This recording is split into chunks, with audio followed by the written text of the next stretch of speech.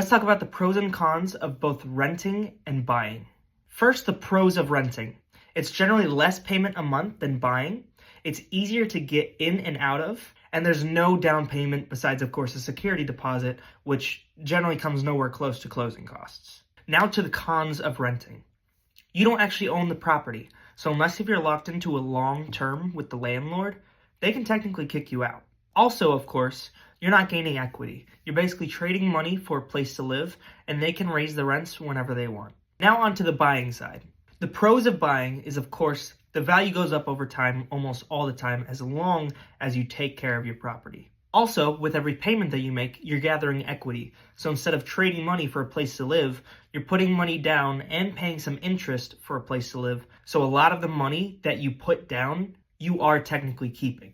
And of course, you're in charge of the house, which can be seen as a good or bad thing to some people. But I see it as a good thing because let's say you don't like the flooring. You don't have to call up the landlord, see if they want to change the flooring, which they'll raise your rent for. You can change the flooring if you want. You can change the fridge. You can change the dishwasher.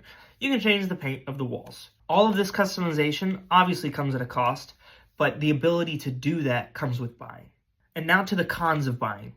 The cons of buying a property is that you have to deal with repairs. You could not call up a landlord and say, hey, there's a leaky faucet. That's your job to fix. Also, of course, there's a lot of upfront costs like a down payment and closing costs that you have to deal with. And it takes longer to move. Now, what's the conclusion? Renting is generally going to be better if you're staying in an area for only a year or two and you know that you're going to have to move at some point, or if you don't have enough money for a down payment, or you just need a lower monthly payment in general. However, it's going to be better to buy your own home if you're going to be staying in an area for longer than that period of time. In the end, I believe it's important for everybody to try to buy their own home if it's financially viable to them. Buying your own home will almost always lead to more wealth over time.